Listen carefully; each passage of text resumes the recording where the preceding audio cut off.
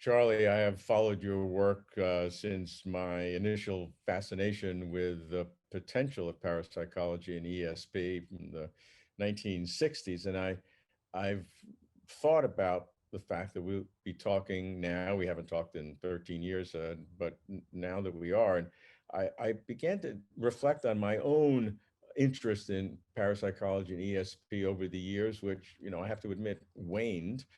But from your work in parapsychology, transpersonal psychology, the work that you did in altered states of consciousness, what are your personal reflections now after almost 60 years? What are your inner feelings about what you've been through? Well, it's funny because on the one hand, I'd say I'm a very practical person. I'm in pretty good touch with ordinary reality and maneuver quite well in it. At the same time, I was always interested in dreams. Oh, what was the stuff that went on during the night? Why didn't people pay any attention to it? That was funny. Uh, how come I would do really stupid things because I felt like it at the time? How could emotions change the way you perceive the world and act on the world so drastically? And then during graduate school, I was a subject in psychedelic drug experiments that the psychiatrist was doing. And so I saw the drastic changes that could take place in the way my mind worked.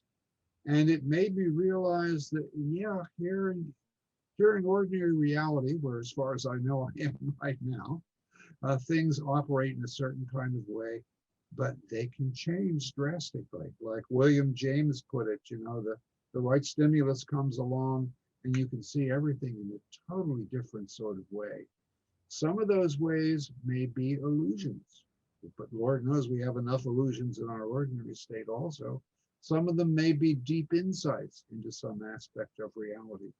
Let's look at them all. But what we shouldn't do is pretend they're not there.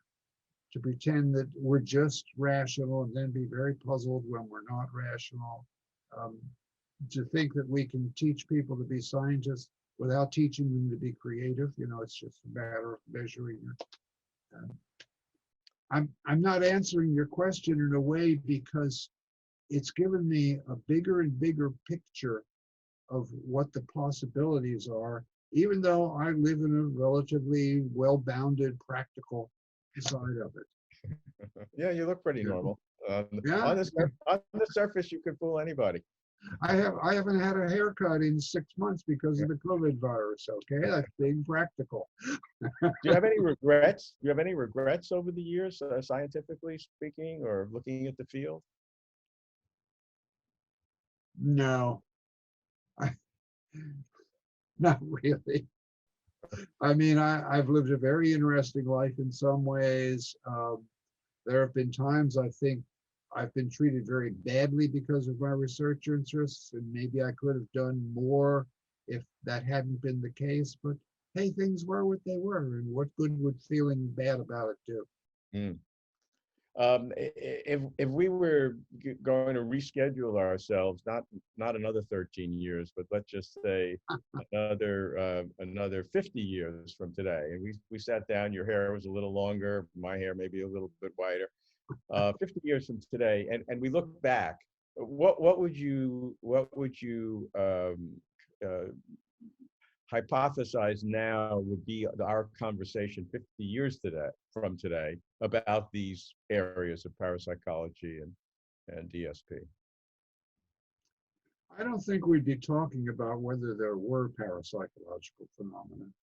I think it's likely that we will get them under enough practical control that they'll simply be accepted. And, the intelligence agencies should be using remote viewing regularly. It works well enough. So we'd be talking more about the deeper meaning of this and thinking how much smarter we were, but hopefully also remembering that's just our best guess at the time being. That's what I try to remember. I think I got some things figured out, but I don't really know it. It may be different. So keep looking at what actually happens. Well, put it on your calendar. 50 years from today, we're going to do this again. Will do. Thank you for watching. If you like this video, please like and comment below. You can support Closer to Truth by subscribing.